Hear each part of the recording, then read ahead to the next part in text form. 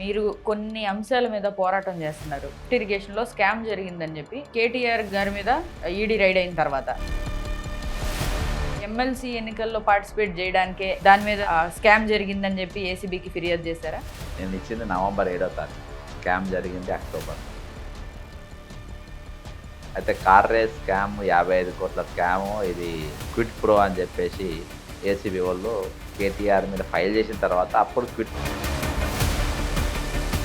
ఇప్పుడు హైడ్రా కమిషనర్ రంగనాథ్ గారి ఇల్లు కూడా బఫర్ జోన్లోనే ఉంది, అదెందుకు కూలగొట్టట్లేదు అని ఆయనకి మీరు ఫిర్యాదు చేయడం జరిగింది. ఎక్కడైనా నన్ను ఏమన్నా కరెక్షన్ చేస్తే ఫస్ట్ నా ఇంటికి వెళ్ళి నేను సరి చేసుకోవాలి.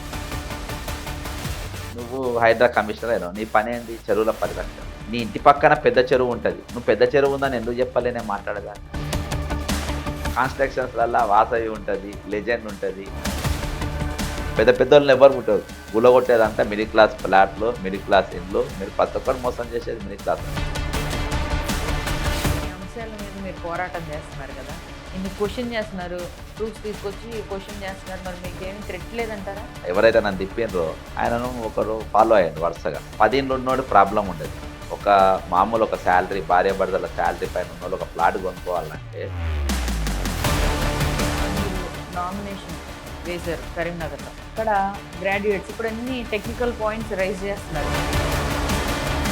నేను అది ఆ పదవి కోసం కావాలని నేను ఎవరి దగ్గర పోయినా ఇస్తాను. ఏంటంటే ఇప్పుడు నేను మాట్లాడిన అంశాలు సభల చర్చ జరగాలి. ఇప్పుడు ఒక బక్క జడతాను, నేను 12 రోజులు దీక్ష చేసిన నిరుద్యోగుల కోసం.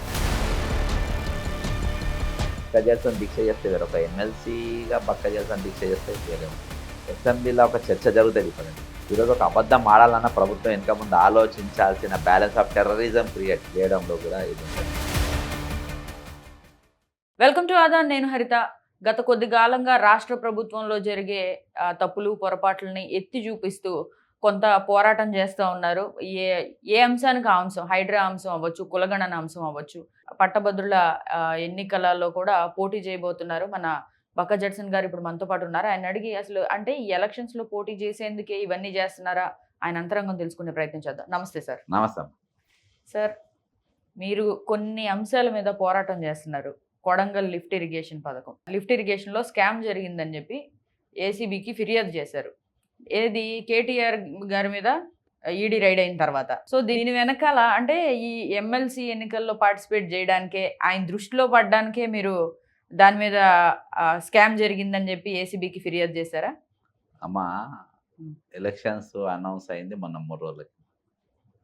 నేను ఇచ్చింది నవంబర్ 7వ తారీఖు, స్కామ్ జరిగింది అక్టోబర్లో. నవంబర్ 7వ తారీఖు ఈడీకి ఇచ్చిన. ఏసీబీకి తర్వాత సరే నాకు దానికి దీనికి కొంచెం కనెక్టివిటీ ఉంది.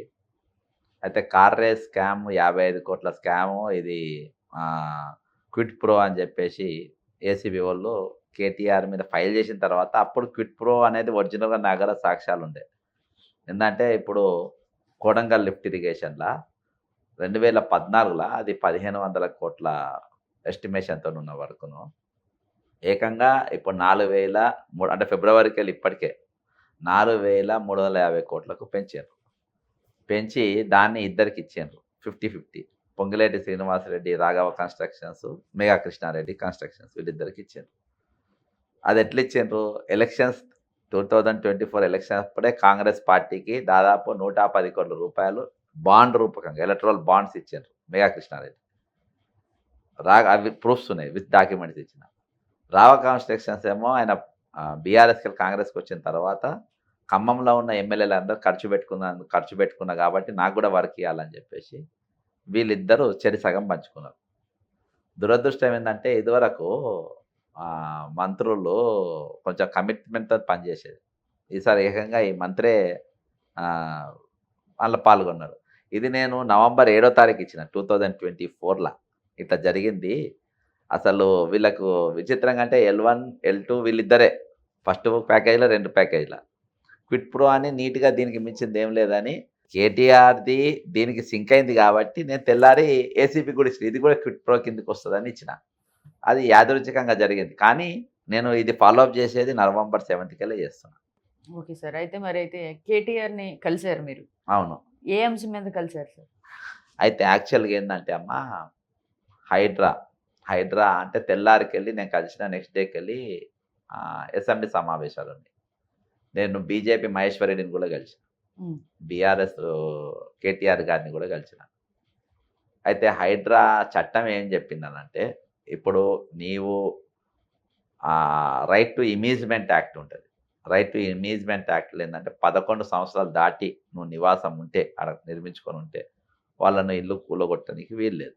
వాళ్ళ రైట్స్ ఉంటాయి. ఒకవేళ నువ్వు కావాలనుకుంటే నీవు వాళ్ళకు నష్టపరిహారం ఇవ్వాలి. నెంబర్ 1. రెవెన్యూ చట్టం 2014లో తెలంగాణ ఏర్పడ్డాక చట్టం ఏమొచ్చిందంటే, మీరు ఒకని ఇల్లు కూలగొట్టాలన్నా లేకుంటే తీసుకోవాలన్నా ఒకవేళ వాళ్ళకి అన్ని రైట్స్ ఉంటే దాన్ని ముట్టుకోనికి లేదు. ఇరిగేషన్ చట్టం కూడా అదే చెప్పింది. అసొంటిది వీళ్ళు ఒక సైంటిఫిక్గా ఒక చట్టం చదవకుండా, చట్టంలో ఏముందో చూడకుండా దాదాపు ఒక హైడ్రా అనే ఒక సంస్థను పెట్టి కేవలం డెమాలిషన్స్ అంటే ఇవాళ బతుకులను రోడ్లపైన వేయనికే ఒక మూసి ప్రక్షాళన జరగాలని చెరువుల పునరుద్ధరణ అనే అబద్ధంతో ఈరోజు జనాల మీద విరుచుకుపడ్డారు.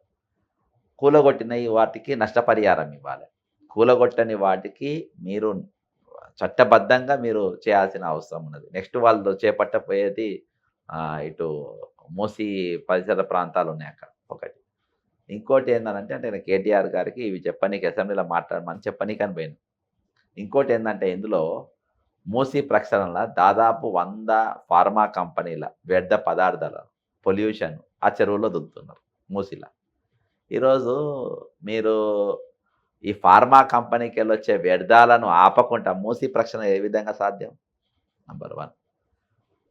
మూసి ప్రక్షాళన చేద్దామన్నప్పుడు నువ్వు ఆపాలి కదా. మరి వాళ్ళ దగ్గరికి వెళ్ళి వరద సహాయం కోసమని అరబిందోన్ దగ్గర, రెడ్డిస్ ల్యాబోల్ దగ్గర, భారత్ బయోటెక్స్ దగ్గర ఒక్కొక్క కంపెనీ దగ్గర 5-5 కోట్లు, 6-6 కోట్లు, 10-10 కోట్లు సీఎం గారు ఆయన ఇంట్లో సెక్రటరీలు కదా, ఆ ఇంట్లో చెక్కులు తీసుకున్నారు. ఇయాటి వరకు ఒక్క ఫార్మా కంపెనీ కూడా వీళ్ళు నోటీసులు పంపలేదు. మూసి ప్రక్షాళన ఎట్లయితుందమ్మా? ఈరోజు వేస్ట్ అందరూ. ఎవరికి? దివీస్ కంపెనీ ఉంది, 5 కోట్లు ఇచ్చిండ్రు దివీసోడు ముఖ్యమంత్రికి సహాయం నిధి ఆన్ రికార్డ్, మీరు గూగుల్ కొడితే వస్తుంది. దాదాపు 15 గ్రామాలల్లో మూసి నీళ్ళు మొత్తం ఇదవుతుంది. అంటే వాళ్ళనేమో నువ్వు ముట్టుకోవు. సరే, పెద్ద పెద్ద అపార్ట్మెంట్స్ ఇంక్లూడింగ్ వాసవికలు మొదలుపెట్టి మీరు ఇక్కడ గచ్చిబౌలి దగ్గరకు పోతే చాలా బాధాప్త చెరువులనే కట్టిన వాళ్ళ జోలికి ఎందుకు పోరు? చాలా మంది అంటే మన నాగార్జునది గులగొట్టింది కదా. నాగార్జున గులగొట్టింది అంటే అది ఆంధ్ర పాలిటిక్స్ ముడిపడి ఉన్నది. ఆయనను టచ్ చేస్తే వేరే వాళ్ళు భయపడతారు. భయపడి వాళ్ళందరూ పెద్ద పెద్ద బిల్డర్స్ అని ఇచ్చారు. ఇవాళ మీరు టార్గెట్ చేసిన మొత్తం చిన్నోళ్ళు. ఇంకోటి అమ్మాయిలో ఇంకో పెద్ద ఇదేంటంటే అమీన్పూర్ చెరువు దగ్గర కూలగొట్టిన అమీన్పూర్ చెరువు దగ్గర ఉన్నోళ్ళు ఈ నేచర్ లవర్స్ అందరు వచ్చి ఈయనకు దండేసిండ్రు. దండ ఎప్పుడు వేసిండ్రు? నేను ముందు రోజు హైడ్రా కమిషనర్ ఇల్లు బఫర్ జోన్లో ఉందని చెప్పినాక. అయితే అమీన్పూర్ చెరువు పైన ఇల్లు కూలగొట్టిండ్రు. కూలగొట్టగానే ఇప్పుడు ఏదన్నా గవర్నమెంట్ సైట్ ఏదన్నా ఉంటే కూలగొట్టగానే ఫెన్సింగ్ వేసుకోవాలి కదా అమ్మ. ఇది గవర్నమెంట్ బోర్డులన్నా పాతాలి. ఇవాళ దాకా మీరు విచిత్రం ఏంటంటే చెరువుల దగ్గర కూలగొట్టిన తర్వాత ఎక్కడ కూడా రంగనాథ్ గారు ఇది ఎఫ్టిఎల్ పరిధిలోకి వస్తుంది అని ఇప్పటిదాకా బోర్డులు పాటలేదు. ఎందుకు పాతలేదు నేను చెప్తా. అమీన్పూర్ ఫీల్డ్ మీద పోయారు, పైన కూలగొట్టేసారు. మధ్యలో చెరువు, పెద్ద చెరువు, మధ్యలో ఒక రోడ్డు, కింద కొన్ని నీళ్లు, అక్కడికి నీళ్ళు కొన్ని మిగిలిన నీళ్ళకి వస్తాయి కమ్మా. ఆ రోడ్డు దాటి అవుతా కొన్ని నీళ్లు. ఇక్కడ సీఎం రేవంత్ రెడ్డి వాళ్ళ బ్రదర్స్ నెక్స్ట్ కూలిపోయేటి ఇవే ఎఫ్టిఎల్ ఇవే ఉన్నాయి, ఈ ప్లాట్ మొత్తం పోయినట్టే అని ఒక ప్రచారం పెట్టి ఆడ 60,000 50,000 గజం ఉన్నది 5,000కు 3,000కి వీళ్ళు మొత్తం కొన్నారు. మీ దగ్గర ఆధారాలు? నేను సర్వే అయ్యే రోజే పోయినా. నెంబర్ 1. రెండవది ఇది పెద్ద మాఫియా, ఇది దొంగలు వీళ్ళు. ఇంకోటి ఎవరైతే అమ్మలేదో వాళ్ళ ల్యాండ్ సర్వే చేసి ఎవరి ల్యాండ్ వాళ్ళ ప్లాట్ వాళ్ళకి ఇవ్వాలంటే 250 కోట్లకు వీళ్ళ కమిషన్ 50 గజాలు. సర్వే రోజు అక్కడ ఉన్నా నేను అవన్నీ కూడా వీడియో కూడా చిత్రీకరించాను. అంటే మీరు ఒకటే అమ్మా, నువ్వు కూలగొట్టినాక నువ్వు ఎఫ్టీఐలు ఎందుకు ప్రకటిస్తలేవు? ఇవాళ వీళ్ళ టార్గెట్, ఈ గవర్నమెంట్ టార్గెట్ మొత్తం అమ్మ మిడిల్ క్లాస్ ఉన్నాయి. ఇవాళ ఒకట హైడ్రా, ఇంకొకటి అరాచకాలు. హైడ్రా అరాచకాలు అని కూడా అనొచ్చు.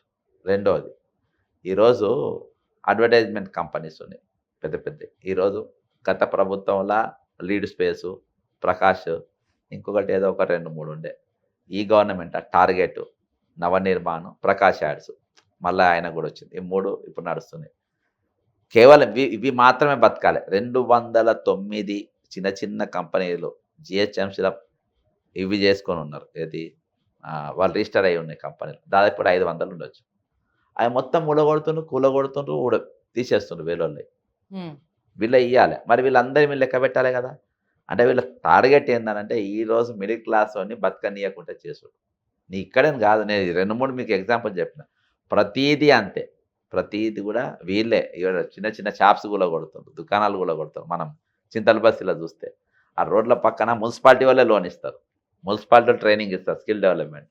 ఈ రోడ్ల పక్కన హోటల్స్ పెట్టుకుంటారు కదా, అట్లా పెట్టుకుంటే అవి మొత్తం అది ఆంటీ హోటల్ అని ఉన్నది ఇక్కడ, లక్ష్మి కుమారి ఆంటీ హోటల్. ఆమె లెక్క చాలా హోటళ్ళు ఉన్నాయి. అవి మొత్తం పర్మిషన్ ఉన్నా అంటే ఐడి కార్డ్స్ ఇస్తారు జిహెచ్ఆర్. అవి మొత్తం మెట్టి కూడా వెళ్ళి అక్కడ మొత్తం కొడతారు. అంటే సామాన్యుని బతికే అవకాశాలు లేకుండా చేస్తుంది ఈరోజు. ఇప్పుడున్నది కాంగ్రెస్ పార్టీ కదా. కాంగ్రెస్ పార్టీ చరిత్ర భూములు పంచిన చరిత్ర, ఇండ్లు కట్టిన చరిత్ర. ఈరోజు భూములు గుంజుకుంటుండ్రు, ఇండ్లు గులగొడుతున్నారు. దీని వెనుక ఇవి మాట్లాడమనే కేటీఆర్ని కలిసిన ఇవన్నీ మీకు చెప్దాం. Okay sir. అయితే ఇప్పుడు హైడ్రా కమిషనర్ రంగనాథ్ గారి ఇల్లు కూడా బఫర్ జోన్లోనే ఉంది, అదెందుకు కూలగొట్టట్లేదు అని ఆయనకే మీరు ఫిర్యాదు చేయడం జరిగింది. ఆయనకే ఫిర్యాదు చేశారు. అయితే దీని మీద ఏ యాక్షన్ తీసుకున్నారు? అమ్మా, ఇప్పుడు ఎక్కడైనా నన్ను ఏమన్నా కరెక్షన్ చేస్తే ఫస్ట్ నా ఇంటికి వెళ్ళి నేను సరి చేసుకోవాలి. నీ ఇంటి పక్కన నువ్వు హైడ్రా కమిషన్ అంటే చెరువుల పరిరక్షణ మీరు ఆయన స్టేట్మెంట్ చాలా సిన్నిగా ఫన్నీగా ఉంటాయి. అంతే అబద్ధము చెప్తే ఎప్పుడు నిలబడదు. నువ్వు హైడ్రా కమిషనర్ అయినావు, నీ పని ఏంటి? చెరువుల పరిరక్షణ. నీ ఇంటి పక్కన పెద్ద చెరువు ఉంటుంది, నువ్వు పెద్ద చెరువు ఉందని ఎందుకు చెప్పాలి? నేను మాట్లాడేదాకా కృష్ణకాంత్ పార్కు ఆ చెరువు అని చెప్పి నువ్వు ఎందుకు చెప్పాలి? ఇక్కడ కూడా చెరువు ఉంది, నా ఇంటి దగ్గర నువ్వు చెరువు ఉందని నువ్వు ఎందుకు చెప్పాలి? నేను మాట్లాడదాకా.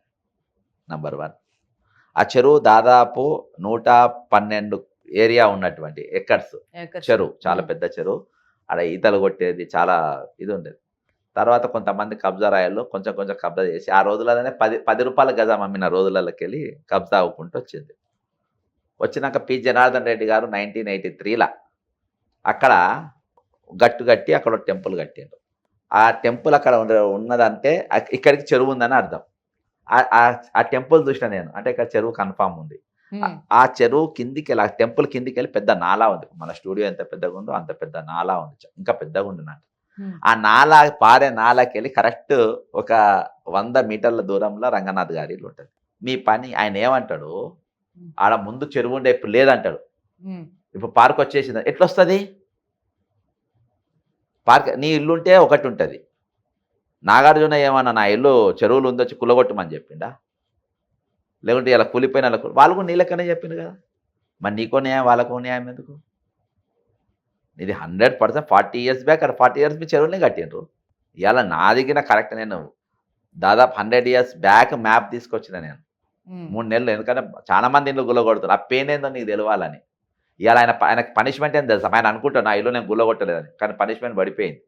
ఇవాళ మీ అటువంటి వాళ్ళు అడుగుతారు,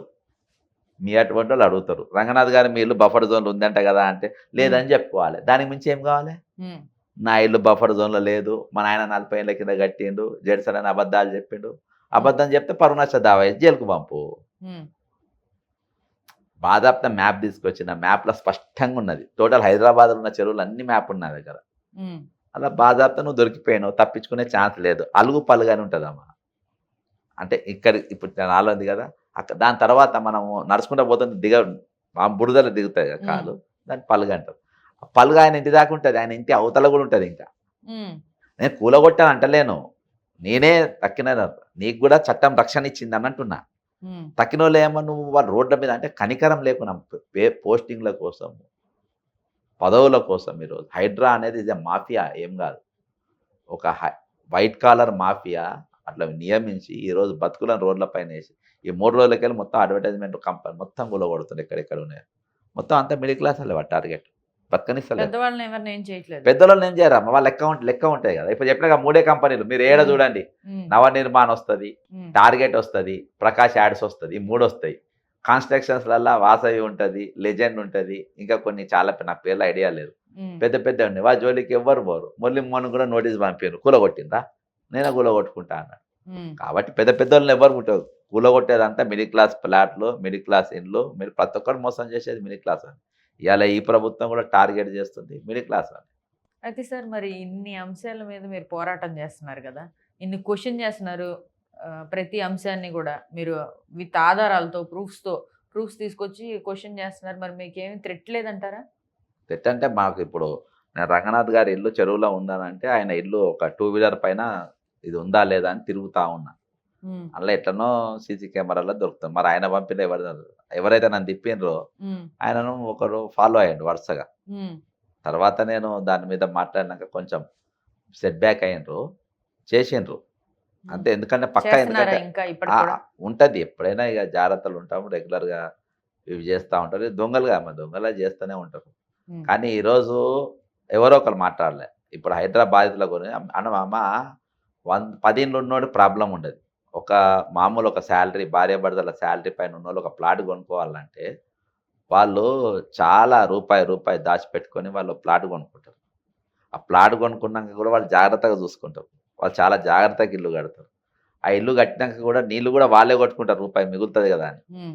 ఆ ఇంటికి ప్లాస్టింగ్ కాకముందే ఇంట్లోకి పోతారు కిరాయి మిగులుతుంది కదా అని. అసొంటి ఇల్లు నువ్వు గులగొట్టినావు మిస్టర్ రంగనాథ్. ఎవరో ఒకరు అడగాలి కదమ్మా. చట్ట విరుద్ధంగా గులగొట్టిండ్రు. హ్మ్. ఎవరిచ్చింది మీకు ఇవాళ ఓన్లీ బికాస్ ఆఫ్ హైడ్రా. మీరు నమ్మండి ఇలా కాంగ్రెస్ పార్టీ హైడ్రా తర్వాత ఎక్కడ ఎలక్షన్ ఏ స్టేట్లో కూడా గెలుస్తలేదు. ఎందుకంటే బీఆర్ఎస్ కొన్ని లక్షల రీల్స్ రిలీజ్ చేస్తుండ్రు. జస్ట్ 2 డేస్ బిఫోర్ ఢిల్లీలో కూడా అదే జరిగింది. 2, 3 రోజులు కాంగ్రెస్ పార్టీకి ఓటేస్తే మీ ఇల్లు గులగొడతారు, మీ జాగ గుంజుకుంటారు ప్రచారం బీజేపీ భయంకరంగా ప్రచారం చేస్తుంది. హ్మ్. ఇది హర్యానా జరిగింది. హర్యానా 100% కాంగ్రెస్ గవర్నమెంట్ రావాలి. ఆడ డెమాలిష్ అయిపోయింది. మీకు సేమ్ మహారాష్ట్రలో కాంగ్రెస్ పార్టీ వచ్చేదండి. ఆడ డెమాలిష్ అయిపోయింది. ఇక ఢిల్లీలో అయితే ఒక్క సీటు కూడా రాలే. ఢిల్లీ అతి పెద్ద ఇంకా హర్యానా ఢిల్లీ అతుక్కొనే ఉంటాయి కదమ్మా. హ్మ్. అక్కడ రీల్ పోతే ఇక్కడ చూసినట్టేనే. అట్లా బీజేపీ దీన్ని ఒక డెమాలిషన్‌గా వాడిండ్రు. మళ్ళా హైడ్రాను పొగిడేదెవరు? మాజీ కేంద్ర మంత్రి విద్యాసాగర్ రావు గారు, బండి సంజయ్ గారు, బీజేపీ నాయకులందరూ దాన్ని పొగుడుతారు. మళ్ళా ఇది విధ్వంసం అని చెప్పి ఇదే బీజేపీ వేరే రాష్ట్రాల్లో ప్రచారం చేసే పరిస్థితి. అంటే నేను చెప్పొచ్చేదేంటంటే ఈరోజు కాంగ్రెస్ పార్టీ ఇక్కడ చేస్తున్న చర్యల వల్ల ఇక ఎక్కడ కూడా ఈరోజు ఇప్పటి వరకు ఒక ఎలక్షన్స్ గెలిచిన చరిత్ర లేదు. ఈయన ప్రచారం పోయి చేసిన ఇలా రేవంత్ రెడ్డి గారు పోయి మహారాష్ట్రలో ప్రచారం చేసిండ్రు. రేవంత్ రెడ్డి గారు పోయి హర్యానా ప్రచారం చేసిండ్రు. రేవంత్ రెడ్డి గారు పోయి ఢిల్లీలో ప్రచారం చేసిండ్రు. ఈయన ఎక్కడ ప్రచారం చేస్తే ఆ డిపాజిట్ కూడా దక్కలే. Only because of Hydraa. Hydraa చేయబట్టి ఇలా ఇల్లు కూలగొడుతున్నంటే ఎవ్వడు ఒప్పుకోడమ్మా. Right sir. మరి కులగణన అంశం. ఇక్కడ పదే కులగణన అంశం తీన్మార్ మల్లన్ మరి సస్పెండ్ చేయడం జరిగింది పార్టీ నుంచి. ఈ కులగణన అంశం మీదే ఏదో పేపర్స్ ఏంటి బీఫార్మ్ పేపర్స్ సంథింగ్ ఏవో పేపర్స్ తగలబెట్టడం కూడా ఆయన ఛానెల్‌లో చూపిచ్చారు. అయితే ఈ అంశం మీద పార్టీ సస్పెండ్ చేయడం నిజమేనని మీరు నమ్ముతున్నారా? లేకపోతే దీని వెనక బీసీలందరిని ఏకం చేసి, మళ్ళీ దీని వెనకాల ఏదన్నా వాళ్ళని మళ్ళీ దీంట్లో విలీనం చేసుకొని ఇలాంటి కుట్ర ఏమైనా చేస్తుందని మీరు అనుకుంటున్నారా? అమ్మా టోటల్‌గా అసలు ఈ కులగణన అంశం మీద మళ్ళీ మీ ఒపీనియన్ ఏంటి సార్? మళ్ళీ గాలబెట్టింది సర్వే రిపోర్టు. హ్మ్. మళ్ళీ ఎన్నుకున్నది రేవంత్ రెడ్డి. ఈ కులగణన గురించి మాట చెప్తా. ఆయన ఎన్నుకున్నది 100% రేవంత్ రెడ్డి. కులగణన గురించి చెప్తా. ఇప్పుడు మామూలుగా మా ఇంట్లో ఒక 10 ఏళ్ల తర్వాత మా ఇంట్లో కుటుంబం పెరుగుతది ఎక్కడైనా. ఒక కుటుంబం కుటుంబాలు పెరుగుతాయి కదా! వాళ్ళ పిల్లల పెళ్ళిళ్ళైనాక వాళ్ళు ఒక నలుగురు పిల్లలు కొత్తోళ్ళు. ఈరోజు తెలంగాణ ఇది ప్రపంచం అంతా జరిగేది. ఈరోజు తెలంగాణలో జనం తగ్గిండ్రు. 2014 సకల కుటుంబ సర్వే ఆ రోజు 3 లక్షల మంది ఎన్యూమరేటర్స్‌ను లెక్కబెట్టిండ్రు. ఒక్కొక్క ఇంటికి 15 నిమిషాలు కేటాయించిండ్రు. ఔట్‌సోర్సింగ్ వాళ్ళని అందరిని పెట్టి ఆ రోజు హాలిడే ప్రకటించారు. 2014 గవర్నమెంట్. ప్లస్ అయిందా, మైనస్ అయిందా డిఫరెంట్ అది. నా దగ్గర మ్యాప్స్ అన్నీ ఉన్నాయి. నా ఫోన్‌లో ఏ టు జెడ్ ఉన్నది రిపోర్ట్ దాన్ని. ఆ రోజు తెలంగాణ జనాభా 3,68,00,000 dash dash dash change. Revanth Reddy అప్పుడు ఖర్చయింది 30 కోట్ల రూపాయలు. 2025 సర్వే బడ్జెట్ 150 కోట్ల రూపాయలు. ఎన్యూమరేటర్స్ 1,00,000 మంది. వీళ్ళకొచ్చిన జనాభా ఎంత తెలుసామా? 3,54,00,000 డాష్ డాష్ డాష్. అంటే 2014కెళ్ళి 2020 జనాభా తెలంగాణ జనాభా తగ్గుతుందా పెరుగుతుందా? ఒక్కరు కూడా దీని మీద సైంటిఫిక్గా చూడలేదు, ఒక్కరు కూడా స్టడీ చేయలేదు. 14 లక్షల మంది జనాభా తగ్గినరమ్మా. ఉమ్, ఇది ఆన్ రికార్డ్ చెప్తున్నా. మీరు తెలంగాణ ఓటర్స్ 3,32,00,000 మంది. మీరు అన్ని గూగుల్‌లో చూడొచ్చు. నేను చెప్పేటి ఏవి కూడా నేనేం మాయామంత్రం చేసి చెప్తలే. అన్నీ గూగుల్‌లో కొడితే వచ్చేటివి. 3,32,00,000 3,32,00,000 మంది ఓటర్స్. అంటే 18 ఏండ్ల అబవ్ ఉన్నోళ్ళు. 18 అబవ్ లోపట ఉన్నోళ్ళ లెక్క చెప్తాం. 3,30,00,000 వచ్చేసి కదా. ఇంటర్మీడియట్ సెకండ్ ఇయర్ ఎగ్జామ్ రాసినోళ్ళు ఉమ్, 9 లక్షల మంది.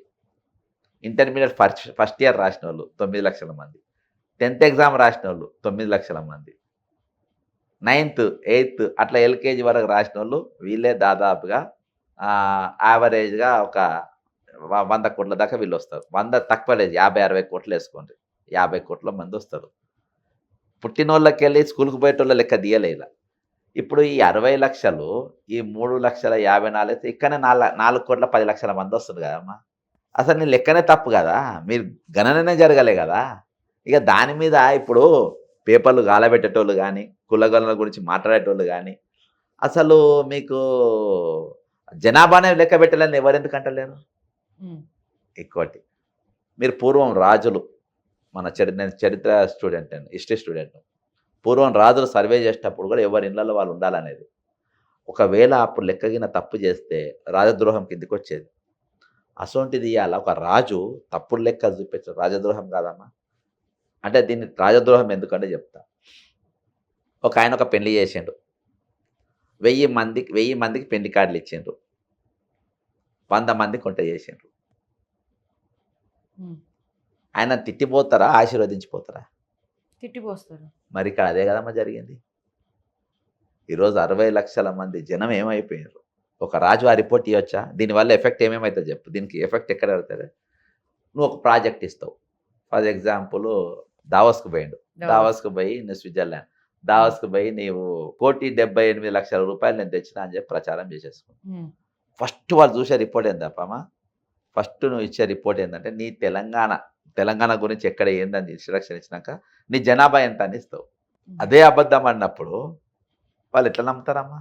ఉమ్, వాళ్ళు గూగుల్ కూడా తన్ని వస్తాయి కదా. ఎవరైనా ఎంక్వైరీ చేస్తారు కదా. మన బ్యాంక్ లోన్ ఇస్తేనే 100 ఎంక్వైరీ చేస్తారు.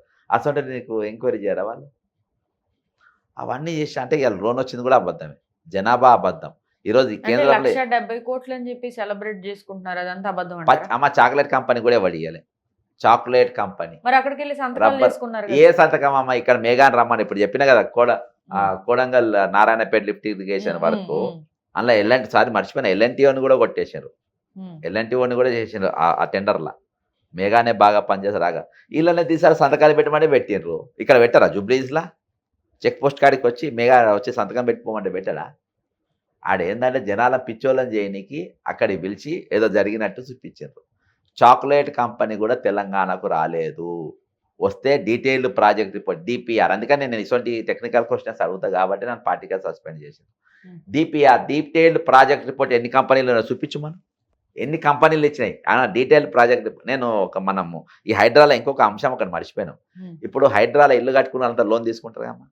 40 సంతకాలు పెట్టారంటే నీ ఇల్లు కూలిపోయినా, సునామీ వచ్చి కొట్టుకపోయినా నువ్వు లోన్ కట్టాల్సిందే. దానికోసం 40 సంతకాలు తీసుకొని నీకు లోన్ ఇస్తారు. అట్లా ఇప్పుడు మనకు వచ్చే పెట్టుబడులు కూడా 1,78,000 కోట్లు తీసుకొచ్చేసిన అని చెప్పేసి చేసేసి ఎట్లా ఇస్తారమ్మా చెప్పండి? ఇది ఓన్లీ పేపర్లకి టీవీలకి పరిమితం అంటారా? పచ్చి అబద్ధం అమ్మ. చాక్లెట్ పిప్పర్మెంట్ సంపద కూడా రాలే. వస్తే డీటెయిల్ ఇప్పుడు తెలంగాణ ఏం ఒక అబద్ధము గట్టిగా చెప్తే అది నిజమవుతుంది అనేది ఒక ప్రచారం ఉన్నది కదా. వాళ్ళ బాస్ నేర్చుకొని వచ్చిన వాళ్ళ బాస్ దగ్గర. అది ఇక్కడ కూడా ప్రయత్నం చేస్తే ఎట్లా చెప్పండి? ఈరోజు ఎన్ని కంపెనీలు వస్తాయి, ఎట్లా వస్తున్నాయి అని ఉండాలి కదా. నువ్వు ఇచ్చిన ఏం ఎక్స్ప్లెనేషన్ ఇచ్చినావని వాడు ఇచ్చి పెడతాను నీ దగ్గర. నేను ఒప్పియాలి కదా. నువ్వు నన్ను ఎట్లా ఒప్పించినావు చెప్పు, నన్ను కన్విన్స్ చేయి. కాబట్టి నేను తెలుసుకున్నాను. నేను ఒక్కడు కూడా డిపిఆర్ ఇవ్వలేదంట ఒక కంపెనీ కూడా. నేను ఇక్కడ కంపెనీ పెడతాను ఒక్కడు కూడా ఒప్పుకోలేదంట. ఒక చాక్లెట్ కంపెనీ కూడా తెలంగాణకు రాలేదు. అన్ని అబద్ధాలే. అయితే మరి సూపర్ 6 అంశం మీద మీ అభిప్రాయం ఏంటి సార్? సూపర్ 6 అమలు అవుతుందా? అసలు అమలు చేస్తారా? అమ్మా ఇవాళ తెలంగాణ 8.5 లక్షల అప్పు ఉన్నది. 8.5 లక్షల కోట్ల అప్పు ఈరోజు తెలంగాణ ఉంది. అంటే ప్రతి పౌరుని మీద దాదాపు 4 లక్షల కోట్ల అప్పుతోని ఈరోజు తెలంగాణ ఉన్నది. మనం ఓపెన్‌గా తెలంగాణ ప్రజలందరూ ఆలోచించారు. ఎందుకంటే మనం కట్టాల్సిందే. ఏం కాదు. 6 పథకాలు ఎట్లయితాయి అమ్మ? ఫ్రీ బస్సు చెప్పేశారు. నేను ఎన్నికల ముందు కూడా వీటన్నిటికి వ్యతిరేకం. నేను ఇవి కానీ జనానికి తెలుసు కదా అప్పు ఉందని. ఎక్కడికెళ్ళి తెచ్చి పెడతారు? ఈరోజు వీళ్ళు ఫ్రీ బస్ అని పెట్టినాం. ఫ్రీ బస్ అంటే ఫ్రీ బస్‌కు తగ్గ ఏర్పాట్లు ఉండాలి. అంటే కొత్త బస్సులు ఎయ్యాలి. ఫ్రీ అంటే చాలా మంది ఎక్కుతారు కదా! ఇక ఆటోలో పోయేటోళ్ళు కూడా బస్ ఎక్కుతారు. మరి ఎన్ని కొత్త బస్సులు ఏసినావు? కొత్త డ్రైవర్లు కావాలి కదా! ఎంతమంది కొత్త డ్రైవర్‌ని నియమించుకున్నావు? కొత్త కండక్టర్‌గా ఎంతమంది కొత్త కండక్టర్‌ని నియమించుకున్నావు? జీరో. మరి నువ్వు ఫ్రీ బస్ ఎట్లయినట్టు? అంటే జనం ఇప్పుడు ఉన్న బస్సుల ఎక్కి, ఇరికి, కొట్టుకొని అది పోతుండ్రు అది. అది అది సక్సెస్ అయినట్టు కాదు కదమ్మా! ఇవాళ ఫ్రీ బస్ తప్ప అన్ని ఫ్రీ రీయింబర్స్‌మెంట్ ఇస్తుండ్రా? ఇస్తలేరు. కొన్ని హాస్పిటల్‌లో వసతులు ఉన్నాయా? ఫ్రీ మెడిసిన్ ఉన్నాయా? లేవు. ఈరోజు ఒకనికి ఒక జబ్బొస్తే, ఒక నార్మల్ పర్సన్‌కి జబ్బొస్తే చచ్చిపోవాల్సిందే. దవాఖానలో వైద్యం చేసుకోలేడు. ప్రభుత్వ హాస్పిటల్ ఫెసిలిటీస్ లేవు. పర్మనెంట్ స్టాఫ్ లేదు. ఇవాళ ఎన్ని దాఖలు ముఖ్యమంత్రి ఆధీనంలో ఉండే ప్రభుత్వ ఆసుపత్రులకు ఇప్పటిదాకా ఎన్ని ప్రభుత్వ ఆసుపత్రులు పోయినా? మెడికేర్ హాస్పిటల్ ఓపెనింగ్‌కి పోతాడు ఎవడో ప్రైవేట్ వాడు ఓపెన్ చేస్తే. ప్రభుత్వ ఆసుపత్రిలో ఇవాళ ఒక హాస్పత్రికి పోయి దవాఖాన ఎట్లా నడుస్తుందో ఒక్కసారి రివ్యూ మీటింగ్ ఇవాల్టి వరకు చూడలేదు. ఆ రివ్యూ అందులో ఎన్ని ఖాళీలు ఉన్నాయో ఇవాల్టి వరకు ఈయన దగ్గర డేటా లేదు. ఏది వైద్యశాలలల్లో, విద్యాశాలలల్లో, యూనివర్సిటీలల్లో అసలు ప్రభుత్వ యంత్రాంగం ఎక్కడ కూడా రివ్యూ మీటింగ్ లేనే లేదు. ఇవాళ ఎక్కడ కూడా జరగలేదు. కేంద్రం నుంచి వచ్చే పథకాల గురించి ఆరోగ్యం కోసం వాళ్ళు పంపుతారు కమ్మా. దాని మీద ఈ రోజు వరకు వీళ్ళకి అవగాహన లేదు. మాటా శిశు మరణాలు ఎన్ని జరుగుతున్నాయో వీళ్ళ దగ్గర అవగాహన లేదు. ఈరోజు వీళ్ళు కేవలం ఇవన్నీ చెప్పుకోనికి తప్ప ఇవేవి కూడా సక్రమంగా జరిగిన పరిస్థితి ఎండ్ల కూడా ఏ శాఖలో కూడా లేవు. 6 పథకాలల్లో ఒక బస్సు ఒక్కటే అయింది. టక్కునని వాళ్ళు చెప్పేస్తున్నాం అయిపోయింది అంటున్నారు. జడ్సన్ నీ తల మీద 5,55,331 ఎంటికలు ఉన్నాయి. ఇది నిజం చెప్తున్నా అబద్ధం చెప్తారని ప్రమాణం చేస్తారు రేవంత్ రెడ్డి. నేను నీళ్ళ లెక్క పెట్టుకోవాలి. నా కర్మరా బాబు నువ్వే చెప్పింది కరెక్ట్ అని ఒప్పుకునే తక్కువ తీసుకొని వస్తున్నారు జనాన్ని. లెక్క పెట్టుకోగలుగుతా ఇలా జనగణన అనేది 100% ఈరోజు ముఖ్యమంత్రి రాజీనామా చేయాలి. దానిపైన ప్రతిపక్షాలు కోరాలి. మీరు చర్చ చూడండి. ఒక్కరు కూడా దాన్ని కోరింది లేదు. నంబర్ 1. రెండవది దావోస్కి వెళ్ళి 1,78,000 కోట్ల రూపాయలు తెచ్చిందన్నారు. అది అబద్ధం. దాని మీద ఒక చర్చ లేదు. ఈరోజు నేను ఏది చేసినా మీరు నమ్మాల్సిందే అని అంటున్నారు. అన్ని అబద్ధాలే కదమ్మా. ఈరోజు సక్సెస్ఫుల్గా చేసింది ఏంది రేవంత్ రెడ్డి గారు అంటే ఇల్లు మాత్రం బ్రహ్మాండం గొలగొట్టినాం. నేల మట్టుకు సాగుగా చేసి పెట్టిండ్రు హైడ్రా రంగనాథ్ గారు. తెలంగాణలో ఉన్న బతుకులు మిడిల్ క్లాస్ వాళ్ళ బతుకులు మాత్రం వాళ్ళ ఇల్లు కూలగొట్టి మంచిగా నేల మట్టుకు బ్రహ్మాండంగా చేశారు. ఎస్టీల భూములు, ఎస్సీల భూములు, ఆ రోజు ఇందిరాగాంధీ ఇచ్చిన భూములు కూడా సక్సెస్ఫుల్గా వాళ్ళ దగ్గర లాక్కోగలుగుతున్నారు. ఈ 2 ప్రోగ్రామ్స్ మాత్రము సూపర్ 6 కంటే సూపర్ ఫాస్ట్గా ఇంప్లిమెంట్ అవుతున్నాయి. కానీ సూపర్ 6లా వేరే ఏవి కూడా ఇంప్లిమెంట్ కాలే. ఈ అయింది ఒకటి కూడా చెప్పిన కానీ కొత్త బస్సులు వేయాలి. మీరు అలా ఇరికి సావండి అంతే. అలా పోయేటోళ్ళు చచ్చుకుంటే పోతారు. అది సూపర్ 6 స్టోరీ. Right sir. ఫైనల్గా ఒక క్వశ్చన్ అడగబోతున్నాను సార్. ఇప్పుడు ఈ ఎన్ని అంశాల మీద మీ పోరాటం, మీరు నామినేషన్ వేశారు కరీంనగర్లో. సో దీనికోసమేనా అక్కడ గ్రాడ్యుయేట్స్ ఇప్పుడు అన్ని టెక్నికల్ పాయింట్స్ రైజ్ చేస్తున్నారు. ఏ అంశం మాట్లాడినా నా దగ్గర ప్రూఫ్స్ ఉన్నాయని చెప్పి ప్రతి అంశంలో కొన్ని ప్రూఫ్స్, కొన్ని ఆధారాలతోనే ఎప్పుడు బయటికి రావడం జరుగుతుంది మీడియా ముందుకి. ఏ అంశం గురించి మాట్లాడినా మీరు. అయితే మరి టెక్నికల్గా ఇంత నాలెడ్జ్ ఉన్న మీకు ఎమ్మెల్సీ ఎన్నికల్లో మిమ్మల్ని సపోర్ట్ చేస్తారా? ఇప్పుడున్న ఎడ్యుకేటెడ్ ప్రజలు ఎవరైతే ఉంటారో కొంచెం నాలెడ్జ్ ఉన్న పర్సన్స్ మీ వెనక నిలబడతారని మీరు అనుకుంటున్నారా? అమ్మా నేను అది పదవి కోసం కావాలని నేను ఎవరి దగ్గర పోయినా ఇస్తారు. ఏంటంటే ఇప్పుడు నేను మాట్లాడిన అంశాలు సభల చర్చ జరగాలి. ఇప్పుడు ఒక బక్క జడ్సన్ నేను 12 రోజులు దీక్ష చేసిన నిరుద్యోగుల కోసం. బక్క జడ్సన్ దీక్ష చేస్తే వేరే, ఒక ఎమ్మెల్సీగా బక్క జడ్సన్ దీక్ష చేస్తే వేరే ఉంటుంది. అసెంబ్లీలో ఒక చర్చ జరిగితే డిఫరెంట్ ఉంటుంది. ఈరోజు ఒక అబద్ధం ఆడాలన్న ప్రభుత్వం వెనక ముందు ఆలోచించాల్సిన బ్యాలెన్స్ ఆఫ్ టెర్రరిజం క్రియేట్ చేయడంలో కూడా ఇది ఉంటుంది. ఆ బ్యాలెన్స్ ఆఫ్ టెర్రర్ అనేది నేను క్రియేట్ చేయగలుగుతా. ఈరోజు ఒక ఇల్లు నేను కూలగొట్టడానికి హైడ్రా మిషన్ లేవాలంటే ఆ భయం నేను క్రియేట్ చేయగలుగుతా. ఇవాళ ఒక సామాన్యులు బతకడానికని ఏదైనా వాళ్ళు వ్యాపారం చేసుకుంటే వాళ్ళ మీద పడాలంటే వాళ్ళ ప్రభుత్వం వాళ్ళ దోరి పోవాలంటే భయం క్రియేట్ చేయగలుగుతా. ఈరోజు రోడ్ల పైన వాళ్ళు చిరు వ్యాపారాలు చేసుకునే బతికేటోళ్ళని ప్రభుత్వం టార్గెట్ చేస్తే వాళ్ళ జోలికి పోవాలంటే ప్రభుత్వం ఆలోచించే ప్రయత్నం చేయగలుగుతాం. ఈరోజు నేను దానికోసము నేను ఒక ప్లాట్ఫామ్ కోసం ఏమంటున్నాను నేను. ఉమ్, ఇవాళ దానికోసం కూడా ఈరోజు కాంగ్రెస్ పార్టీ 5,000 ఇవ్వడానికి రెడీగా ఉన్నది. బీజేపీ 6,000 ఇవ్వాలని బీఆర్ఎస్ క్యాండిడేట్. నేను అడిగేది ఏంటంటే ఈరోజు ఇది డిఫరెంట్ టైప్ ఆఫ్ ఎలక్షన్. ఈ 3 పార్టీలు రెండో ప్రాధాన్యత ఓటు. మొదటి ప్రాధాన్యతకి నేను అడుగుతున్నా. మొదటి ప్రాధాన్యత మేము వేయలేనప్పుడు రెండో ప్రాధాన్యత ఓటు అయినా నాకు వేయాలనుకుంటా. ఈరోజు నేను అసెంబ్లీ పోవాలనేది కౌన్సిలర్ పోవాలని కంపల్షన్ నేను ఇప్పటిదాకా నేను చెప్పిన అంశాలు మీకు ఈ ట్రైలరే అమ్మ. నేను ట్రైలర్ కూడా చెప్పలే నేను మీకు. ఉమ్, నేను మీకు చాలా అంశాలు మన డిస్కషనే రాలే ఈ ఉమ్, హాఫ్ అన్ అవర్లో. ఇంకా జరగబోయేటి ఇంకా చాలా భయానకంగా ఉండబోతున్నాయి రేపు. కాబట్టి ఈరోజు మనం ప్రతి ఒక్కళ్ళం ఒక నేను మాట్లాడదు కదా, అరే కాంగ్రెస్ గవర్నమెంట్ రూలింగ్లో వచ్చే ముందు జర కామ్గా ఉంటే నీకు మంచి పోస్ట్ వచ్చేది కదా అంటే, అంటే దేనికోసం వస్తాయి పోస్టు? ఉమ్, పైసలు బతకనిక? అది కాదు కదా, నేను పాలిటిక్స్ కోసం నా మిషన్ వేరు కదా. ఉమ్, నేను ఒక ఆశయం కోసం వచ్చిన, ఆశయం కోసం నిలబడాలి. అట్లా ఇన్ని తరాలు ఉన్నారు. నేను ఒకటి కమిట్ అయినా, నన్ను మీరు సపోర్ట్ చేయాలి. మీరు చేయాల్సింది నేను ప్రాణం తెగించి కొట్లాడినమ్మా. మీరు ప్రాణం తెగించే అవసరం లే. మీ ఓటు మందుకో పైసలకో దానికో ఆశించకుండా మీరు ఓటు ధైర్యంగా నాకు వేయగలిగినారు అనుకో, నేను మన దగ్గర తీసుకొని నాకు వేయమని చెప్పి ఆ చిల్లర డైలాగ్ కూడా నేను చెప్పా. ఉమ్, మీరు మీ ఓటు నిజాయితీగా మీరు ఆలోచించి నాకు ఓటు వేసి ఒక అవకాశం ఇచ్చిందనుకో, ఇన్ని వర్గాల తరపున నేను ఓడిపోయినా కానీ మాట్లాడతా. కానీ స్టేజ్‌కు డిఫరెన్స్ ఉంటది. అందులో మాట్లాడేది వేరే ఉంటది, బయట మాట్లాడేది ఉంటుంది. కాబట్టి దానికోసమనే నేను అవకాశం అడుగుతున్నామ్మా. ఉత్తర తెలంగాణ నేను చూజ్ చేసుకున్నా అంటే అది కొంచెము విప్లవాత్మకమైన గడ్డ, చైతన్యవంతమైన గడ్డ, ప్లస్ తిరగబడ్డ గడ్డ. ఖచ్చితంగా అవకాశం కొత్తోళ్ళకు చాలా మందికి అక్కడ అవకాశాలు ఇచ్చిండ్రు. కాబట్టి మాకు కూడా ఇస్తారని నేను అనుకుంటున్నా. అక్కడ అవకాశం వస్తే నేను రాష్ట్ర వ్యాప్తంగా పనిచేస్తాను. 4 జిల్లాల్లో ఓట్లేసినా నేను 33 జిల్లాలకు మాత్రమే పనిచేస్తాను. Right sir. మరి మీకు కేటీఆర్ గారి సపోర్ట్ ఉందా? మీ వెనకాల కేటీఆర్ గారు ఉన్నారా? వాళ్ళ అభ్యర్థిని పెట్టలే కదమ్మా. అదే ఎట్లైనా ఓటు ఖరాబ్ అవుతుంది కదా, ఉమ్, అది నాకేస్తే బెస్ట్ కదా అని ఉమ్, నేను ఇప్పుడు ఆయన కూడా హైడ్రా మీద నేను మాట్లాడిన దానిపైన ఉమ్, నేను ఇష్యూస్ పైన చూసి ఆయనను వాళ్ళ పైన 179 కేసులు పెట్టాను నేను. ఎవరి మీద? కేటీఆర్ మీద, ఉమ్, బీఆర్ఎస్ గవర్నమెంట్ 179 కేసెస్. ఉమ్, కాళేశ్వరం నేనే, ఉమ్, మిషన్ భగీరథ నేనే, ఉమ్, ధరణి నేనే, మెజార్టీ ఇష్యూస్ అన్ని నేనే. రేవంత్ రెడ్డి పెట్టలే, ఎవరు పెట్టారు, ఆయన అంతా మధ్యలోనే డ్రాపింగ్. ఉమ్, ఇక్కడ మాయామాల అంటే కడుతున్నారు అమ్మ, మంత్రి మాల అని ఇక్కడ ఉమ్, కడుతున్నారు ఉమ్, ఉమ్, పార్క్ కాడ. ఇది కానీ వెనక కానీ ఇవన్నిటిపైన తినేసిండు ఆయన. ఉమ్, సిన్సియర్గా మేము కొట్లాడినాం. అది కేటీఆర్ ప్రభుత్వం రూలింగ్ గవర్నమెంట్ 1 మంత్కనే ప్రశ్నించడం స్టార్ట్ చేసిన. ఉమ్, కాబట్టి అందుకని నాతో కలవనికి అపాయింట్మెంట్ కూడా ఇచ్చిండ్రు. ఇవాళ నేనేమంటున్నానంటే మీరు ఈ ఒకటే సీట్గా ఇంతమందిని ఎమ్మెల్సీగా చేసిన, ఇంతమందిని మంత్రులు చేసిండ్రు. ఉమ్, నేను ఇవాళ ప్రశ్నించే గొంతనే వాల్యూ కూడా పోయింది తిరుమల మల్లెతో. ఉమ్, కాబట్టి ఒక చర్చ డిబేట్ చేయగలుగుతాం, ఒక ఇష్యూస్ మాట్లాడగలుగుతాం, కొన్ని వర్గాలను కాపాడుకోగలుగుతాం. దానికోసము నాకు అవకాశం అంటున్నా. బీఆర్ఎస్లు కానీ బీజేపీ వాళ్ళు కానీ నేను అన్ని పార్టీలను నేను అడుగుతున్నా, మీ క్యాండిడేట్ ఉన్నా కానీ రెండో ప్రాధాన్యత కూడా నాకు ఇవ్వాలని ఒకసారి చూడమంటున్నా. ఉమ్, ఇది నేను అద్భుతాలు చేస్తా అని అంటలేను, కానీ ప్రతి ఇష్యూ పైన మాత్రం నేను ముందు పోయి నిలబడతా. 100% నేను అక్కడికి పోయి ఖచ్చితంగా నేను ఆ అంశం మీద నేను నిలబడగలుగుతా, దాన్ని ఆపగలుగుతా, కొట్టాడగలుగుతా. కాబట్టి ఆ ధైర్యం మీరు ఆల్రెడీ క్రియేట్ చేసేసారు కదా. తప్పకుండా. Right sir.